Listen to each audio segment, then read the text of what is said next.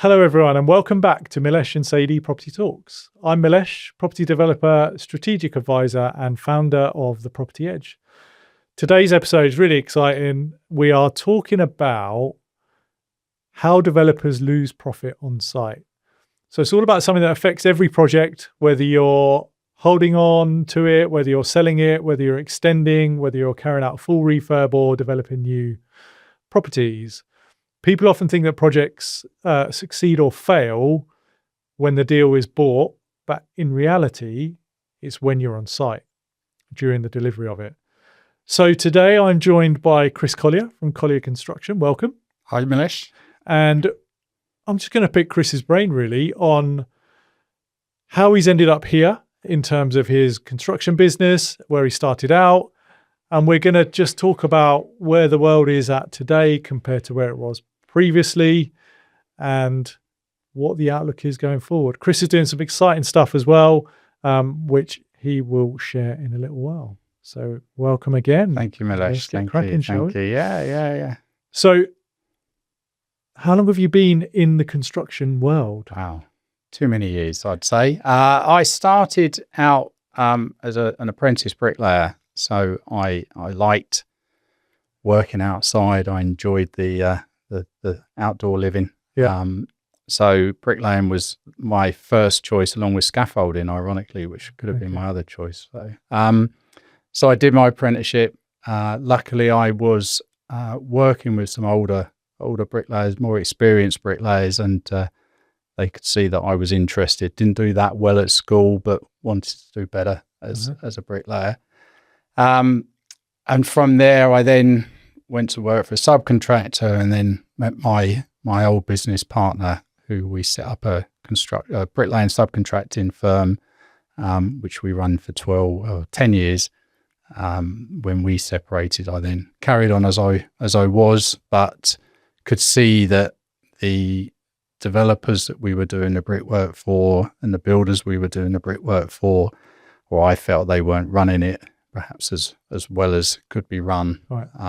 So was branched into being the main contractor as I am now. And how long have you been? 17 years I've been. So I had the 10 years as Coleridge Brickwork and 17 years as Collyer Construction. So knocking on 30 years. Yeah, and some, yeah. Wow. Yeah. I'm 57. So it's a good few years. So you've seen some change over the time. I have, right? Yeah. So how would you summarize the world from 30 years ago and how it's evolved to today? Big question, I know, but there's a lot more red tape.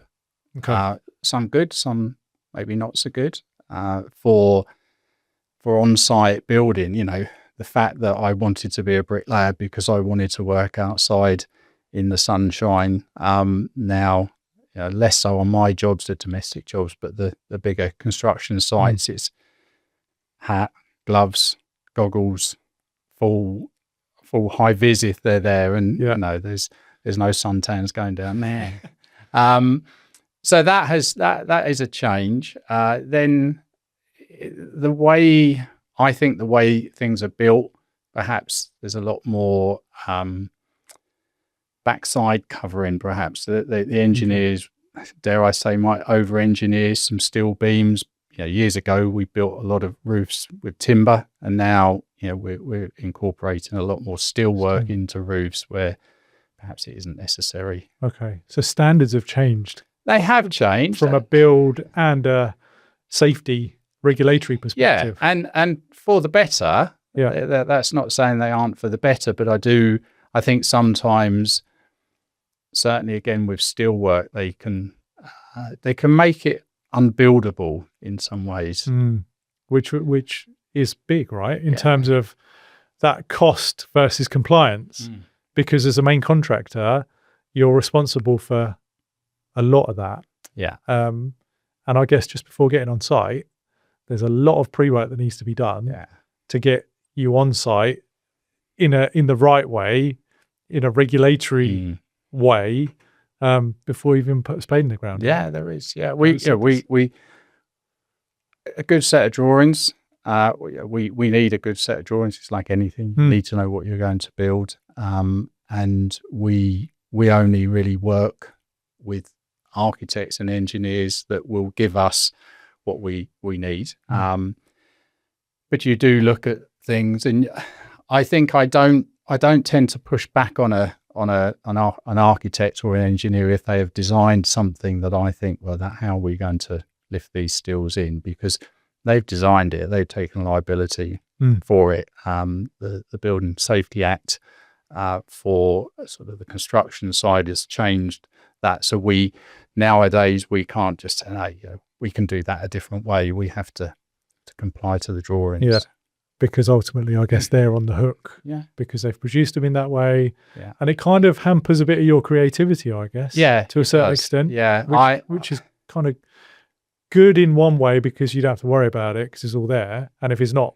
there right, then it's kind of not on you. But at the same time, I'm sure there's more efficient ways that you could come up with stuff that maybe you're not as able to do today. We're not as able to do, no. Yeah, some of the actual structural stuff, no, we're less able to do that. If it's a real, we had an example of a job where the architect had designed some stone mullions in around the windows and doors, and they were not going to work in one section. They needed to be in two sections. My experience tells me that he wanted them in one section, and I said, you're never going to lift them in manually.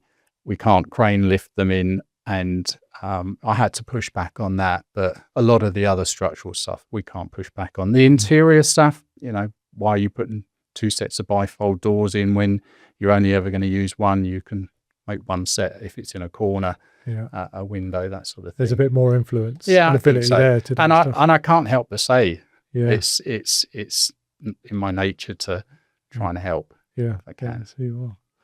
So, talk to me a little bit about the transition from going from being on the tools as such to being a business owner. Quite different. Very. Is it? Yeah, it is. Yeah. How did you deal with that? How did it come about? It's the team behind you.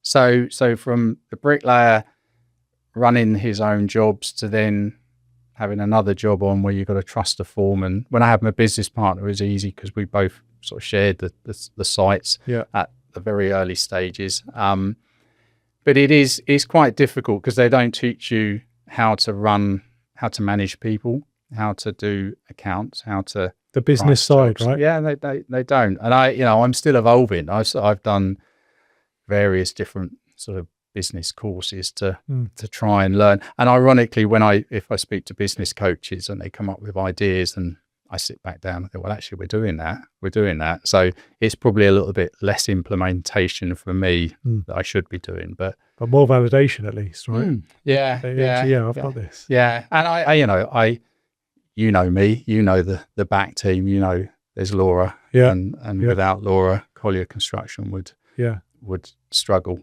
Yeah, we Sadie and I have just talked about how we got into business and that whole thing of being in the business, whereas you're everything to everyone, to transitioning to being on the business where you're thinking kind of top down. Yeah, and it's leverage. It's leverage of systems, processes, people. All of those things become all that much more important. Yeah, than you being in it, because you can't do everything forever. No. It just can't be done. No, and it would break you. I think in the end, it would.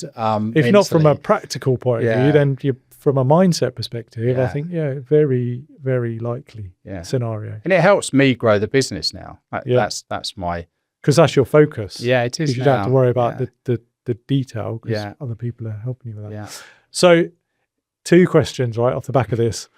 What's your biggest lessons, do you think, over your time? My biggest lessons. Do you want to give me both questions first, or just no? Okay, thank you. Biggest lessons. My best piece of advice was get a VA, which I did, which then led me up to now having Laura. Letting go. I can't do everything. My best mate, who is now retired as a builder, he did say to me, sometimes you've just got to turn away, which is not a quality thing, but not everyone is going to do it how I would do it as a bricklayer or a carpenter and things like that. You see it, but if I see something that really isn't good, then I'll tell them and it needs to come down. But if there's certain things you think, well, it's just perhaps not my way, but it's okay. Let that go. Tough though, right? Yeah, it is. It is because my name is my baby. Collyer Construction is your my brand. baby. You are Collyer Construction. Yeah, So protecting that's important, Yeah. whilst keeping it hanging together as well, right? Yeah. Okay, question 2, which you sort of alluded to a little bit. What would your one piece of advice be to a new tradie coming into the industry? Well, I can answer both. I could answer in 2 ways. My one piece of advice, and I say it to all of the younger guys, because now I'm not the younger guy now, that may have worked for me and has now set their own business up, is get a VA. Get someone, if it's their wife even, or their girlfriend, partner, boyfriend, whatever. Yep. Have someone doing the other stuff, admin stuff around you. If you're a tradie, then you're good on the tools. Get out and get that, but grow the business. If I was to be brutally honest, I say don't do it. It would be the other piece of advice, but that's hard. I somehow knew you'd say that. I thought that was and that's not fair, because I would say it with tongue in cheek. I wouldn't mean it. No. Yeah, but it's sort of sits in there sometimes. Yeah. Okay, let's delve into a little bit of detail within some projects then. So it's not all doom and gloom. I'm not trying to make it all doom and gloom, but I want to cover why projects go wrong. So in your view, I mean, the things that stand out to me are scope creep. Mm-hmm. So you can share a bit on that. Communication. Yeah. Sequencing of events, and that whole project needs to be done in a certain way, in the right order. And then budget is obviously a massive one. And then ultimately, it's all about relationships, right? Yeah. So where's your head at with scope creep and what goes wrong? How have you got any examples that you could share? I can't share because that would be not pointing fully fingers at them. But I think scope creep happens. It's the electrics is probably the classic of we want 10 lights, and then you realise you need 20 down lights in your huge open plan kitchen that we've now made you. Or we're not going to go for white faceplates. We want brushed chrome, and that's a natural progression on there.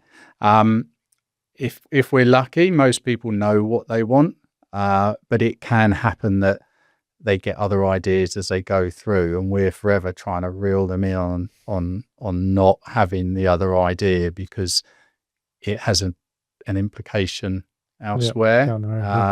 And the scope creep from the client's perspective, we can't really control. And the other thing we can't control is what we can't see is when we start taking ceilings down we're hopefully going to be tagging into the existing plumbing and heating, and that's not really to standard. So we have to rip it out. And that downlight example, you might find that once you've ripped the ceilings out to put the downlights in, actually it might need a rewire. Yeah, absolutely. And then you might need to update your main board and all of that kind of things, so, which you can only see so much of, right? Yes, to be fair. Yes. And if you put too many contingencies in, then I won't be doing the job because we're higher than it's a tricky game of balancing it. The more information we have right at the beginning, even as far as the M&E's type of things, the better, because that's the closer we can get to the costs. And how important are relationships? Incredibly and important. Communicating. Yeah. Communication's key. We work on the basis we'll have a site meeting booked in every 4 weeks for sure. Okay, brilliant. And then ad hoc meetings. If I'm on site, the client wants to meet. It's not a case of, well, I can't talk to you for another 3 weeks because we haven't got a meeting booked in. Email is probably the easiest form of communication. WhatsApp is fine, but you can get caught into you can get caught into a million WhatsApp messages on all the groups, on all the jobs, and so an email is important. But it is important to keep the communication up. Revert back to Laura. Laura is in the office picking all the emails up, firing out the answers as necessary. Yeah. If you have a breakdown in communication in anything in life, it's not good. So a building project, definitely. Yeah, it's so important, and I can relate to it in terms of that scope creep as well, because you do. Even when we've been developing stuff, you're like, actually, I want that there now, or I want light switches by the beds, or I hadn't thought about it before. So it's just about having those conversations and understanding, from our developer's perspective, is that light switch next to the bed going to get you the extra rent, or is it going to get you the extra whatever on your GDV? So it's just balancing out, but having those conversations enough for someone like you to go, actually, it's not worth it, or actually, we can do that. It'll be a little bit of money, this much. You then got a decision to make, definitely. Or if it's just too late. Some. I mean, if it's too late, then that's definitely going to cost more money. Yeah. If you're at the stage where putting that light switch in is okay because you've not plastered, then that's the time to do it. You mentioned rental. I guess rental against selling, against living in it as your own house. You've got to, if you're living in it as your own house, you've got to make it as practical as possible because you're living in it. Yeah. And there's no point scrimping on that. But certain things, people aren't going to thank you for a light switch near a bed in a rental necessarily. They might do, but they might not. Yeah, but all of those three scenarios are different, and it's about building to that market, right? Absolutely, and getting it as right as you can. Because we were just saying, in a previous episode, that margins are tight now. Where before, the odd mistake that you'd make that might cost a few £100 or a few grand, because the market was good, you kind of recover it. Yeah. Whereas now, margins are so tight, and the market isn't doing what it used to. And so it comes off the bottom line. So just trying to protect that is really interesting and important. So what do you think are the challenges today around doing what you do? Cost of materials, cost of fuel to get the materials to site, cost of fuel to run our vans and cars and stuff like that. That is sadly the biggest thing. The labour costs are what they are.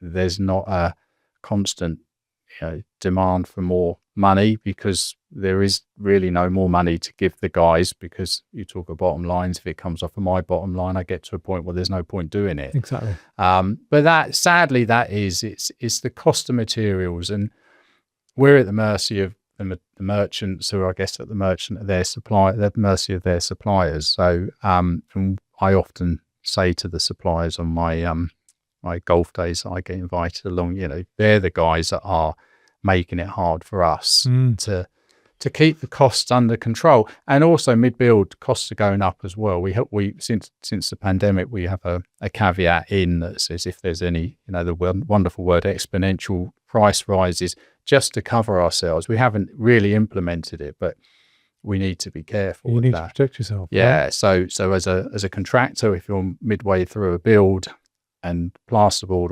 or insulation has shot up and you still haven't bought it, that's coming off of our margin. So we have to protect ourselves off of that. If you're doing developing, then it's you can't necessarily increase the cost of the house. No, exactly that. It's hard. So it is a juggling act. Yeah, it is. But this is where staying close to what's going on, having the relationships with your contractors and your professional team is just that much more important. Yeah. And it's not a case of, okay, here's your drawings off your pop, tell me how much and how long, and then off you go. Yeah. There's a bit more to it than that now. What about recruitment? Touched on materials. Obviously, that is huge, given the way the world is. How have you seen labour and recruitment over the years? It's tricky to get decent labour, I feel. My journey of the bricklayer with 40 bricklaying related guys, that's bricklayers and labourers on, I came away from that because I couldn't get enough decent bricklayers out of 40, I probably had 10 decent ones, and those 10, they're all working for me now. But they're getting older. That was about 20 odd years ago, right? So that issue was there then. Yeah, absolutely. Then. Yeah, thanks for reminding me. Anytime. But it is. They are getting older, and when I, dare I say, when I recruit now, I have my eye on. I could really do with some younger guys to come through, because they're brilliant. My bricklayers, my carpenters, they're absolutely brilliant. But I'm sure because of age and because of the industry, they don't work as quickly as I could do with them to cover the rates we put in. So I could do with some younger blood to come through, but it's not a game that people want to come into. For me, it was working outside.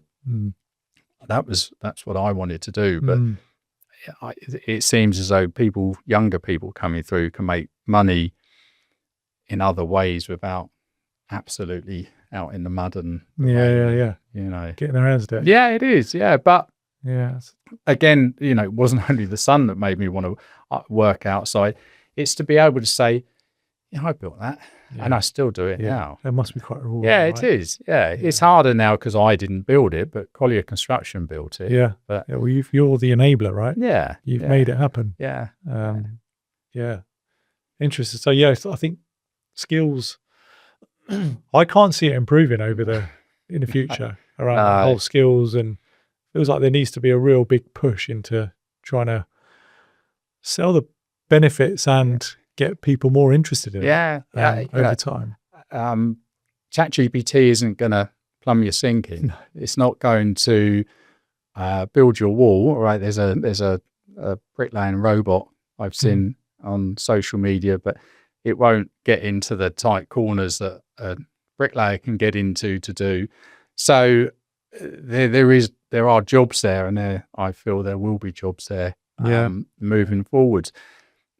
I could start on about the CITB and not making it very easy for me as a mid-sized construction company to take on an apprentice, but because they don't make it very easy for me and companies like myself. We pay our levy, but I would take on one apprentice every couple of years if I could, but it's quite difficult. It's that red tape again. Yeah, with the backdrop of the costs, and materials and all of that, it's another big investment. Yeah, it is for you. Yeah, not knowing that you're going to get the output that you want from it. Well, they're never going to do enough work to cover their wage, sadly. Yeah, and whilst if it's an investment, but chances are payback's really long. Yeah, and once they get good enough, then bricklayers and carpenters can be quite fickle, and they'll go, well, I'll get another £5 a day down the road, and they'll go. So we've invested that. Yeah. So it's quite difficult. I wish there was an easier way of getting apprentices on to the likes of us. Some of the bigger construction companies, the big sites take on bricklayers, but I think they don't really learn their trade properly. They're just chucking bricks down. They're not learning how many per hour per day or whatever, right? Yeah. Interesting. So I listen to a lot of podcasts around business and mindset and all that sort of stuff, and where the world's going with AI and all of that. I just dropped this in. And a couple of separate ones I've listened to, when asked what job would you do given the way the world is at the moment, and they all point to a trade. Electrician, plumber. Something where it involves your hands that, like you said, a robot's not going to be able to do. No. Or your AI is not going to be able to do. So I wonder whether this AI thing might be the start of, an industry of people who are potentially interested in it, because it's going to start paying. Potentially. Yeah. I hope so, but it's got to come from above me to make it easier for us to a lot of water to flow through first. And it really needed to have been done 10 years ago. We are going to have a point where right? we haven't got enough decent trades, and sadly that all then it just suffers. The industry suffers, an industry that probably has got a bit of a bad rep as road builders, stuff like that. Has suddenly got people that think they can lay bricks because their Instagram mentors to shown them, but they don't really know how the little tricks and stuff like that. Yeah. It's interesting time, I think. So looking ahead then, what does the next 5-10 years look like? We've sort of touched on it a little bit. For me or the industry? But both. Right, both. Okay. For the industry, I think we've just got to keep going. There's not a lot else we can do. I think a bit of consumer confidence would be good. How we can work that into the world, I don't know. When you mentioned about house prices, when house prices were good, the build cost didn't really matter so much. But if house prices are coming down, the extension construction costs are going up, that difference between the two is it worth doing? I always say to people, if it's worth doing, if you're going to live in this house, it's your forever home. So we can only just keep going. There's not a lot else we can do. Yeah. I guess there's lots of influences, outside influences that determine how you operate, where you operate, and all that sort of stuff as well, right? So it's an interesting scenario, and looking out into the future makes it even harder because there's so much out of your hands that all you can do is keep doing what you're doing, right? I 17 years, we've got a good reputation. I'd like to think people will value that over and I'm not saying somebody who's just started up is not going to be a good builder. There's a value. There's got to be a value in a company that's been still trading, still around. So, but it's how do I mean? My laugh. I'm a bricklayer by trade. I run a construction company, but now I'm a salesman as well. I've got to convince people that extension is worth the investment. It's not going to get any cheaper. No. Their house is not going to get any bigger if they don't extend it. But it's certainly not going to get any cheaper. One of the other angles of being a business owner, along with the other 300 that they just pick up every day, right? And for me, to touch on me, I'm kind of stepping away from the day to day. You talked about running the business and where the journey has gone, and I want to be. I had a point where I was looking to do some business development, some mentoring, something. I don't know. I wasn't really sure. And I did a bit of coaching with somebody and actually I could do some business development for Collyer Construction because that's what I do anyway. Yeah. But not do that alongside the day-to-day problem solving in the company. So there is more golf on the horizon for Chris. Business development. Yeah, well, it is networking. It's networking. Brilliant. So for those of you who don't know, Chris loves a bit of golf.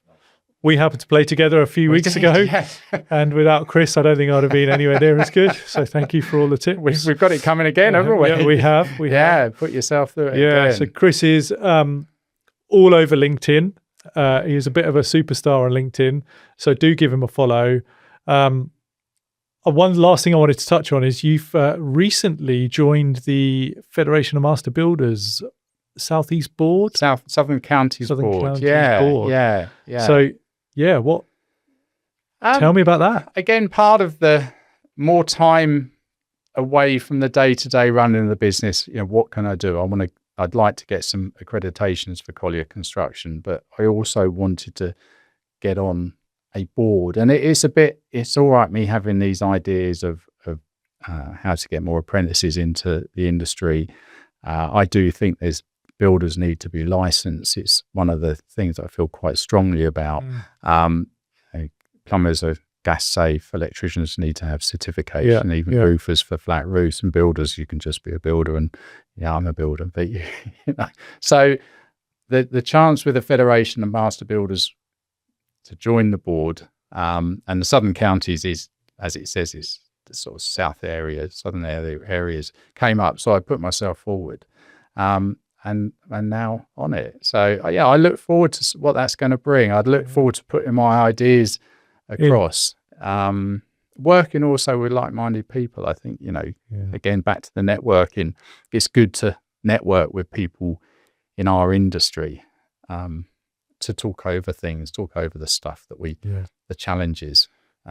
business can be quite lonely, can't Very it? much so. Yeah. And actually having somebody that's not in your business to just bounce ideas off and stuff is really important. And serial networker loves a bit of time on the golf course, but actually that's where relationships are formed and some pretty good ones, right? That's how I got here, I suppose, isn't it? Yeah, well, there you go. Exactly that. Yeah, you know. Yeah, so very quickly, you just reminded me where we first met. Absolutely. So I'd seen Chris on social media, on Instagram, and we were both at an event in Mercedes-Benz World, actually. Yeah.